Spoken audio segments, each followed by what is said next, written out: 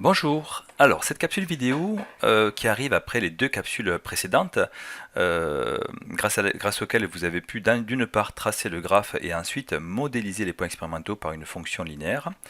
Vous avez ici la fonction linéaire, donc le modèle tracé, et ici l'équation du modèle. On reconnaît ici le coefficient directeur de la droite ici en rouge.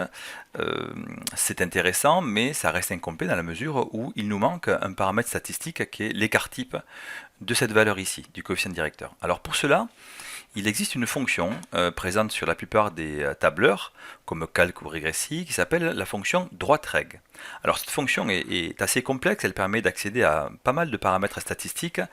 Je ne vais pas rentrer dans les détails pour pas compliquer cette vidéo, néanmoins je vous mettrai en fin de capsule des liens pour aller voir un petit peu l'étendue des possibles avec cette fonction-là. Dans notre cas ici, nous avons une fonction linéaire, donc nous allons faire une régression avec une ordonnée à l'origine nulle.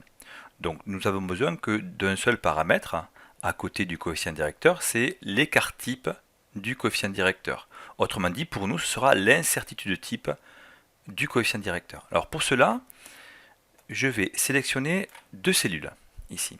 Je vais dans la barre de calcul, je mets égal, droite règle, entre parenthèses, vous voyez que le logiciel a reconnu la fonction droite-règle, il attend quatre choses, les Y, les X, le type de droite et les statistiques. Alors, on va lui donner les données en Y, alors données en Y, elles sont ici, je sélectionne donc cette ligne-là. Vous avez vu, je ne sais pas si vous avez attention, qu'il faut séparer toutes ces données par des points-virgules. Je vais maintenant donner ici les X, également point-virgule. Ici, je vais, alors on vous l'explique, vous voyez, je vais donner le type de droite. Alors vous voyez que si le type de 0, tout est marqué. La droite sera calculée à travers les points 0, sinon elle sera comme une droite décalée. Autrement dit, si je mets 0 ici, il va considérer que le modèle est linéaire, donc il va procéder à une régression linéaire avec l'ordonnée d'origine nulle. Si je mets 1, ou si je mets vrai, il va proposer un modèle de régression avec une fonction affine. Donc il y aura une ordonnée d'origine B. Donc nous, dans notre cas, on va mettre faux ou 0, d'accord? Et puis on va mettre que l'on souhaite avoir tous les éléments statistiques possibles, en tout cas en raison des deux cases sélectionnées. Donc nous n'aurons que deux éléments statistiques. Mais néanmoins nous en voulons. Donc je mettais un 1 ici. Ici, voilà. Donc avant d'appuyer sur Entrée, puisque c'est une fonction matricielle, on va juste faire CTRL, SHIFT et Entrée. Et vous voyez qu'automatiquement, des paramètres sont rajoutés. Vous avez ici le coefficient directeur de la droite, que l'on retrouve ici, d'accord, qui correspond à la longueur d'onde du laser. Et nouveauté, nous avons ici ce qu'on appelle l'écart type de ce paramètre ici, qui va correspondre pour nous à l'incertitude type sur lambda. Voilà pour finaliser un peu ce travail de modélisation avec les élèves.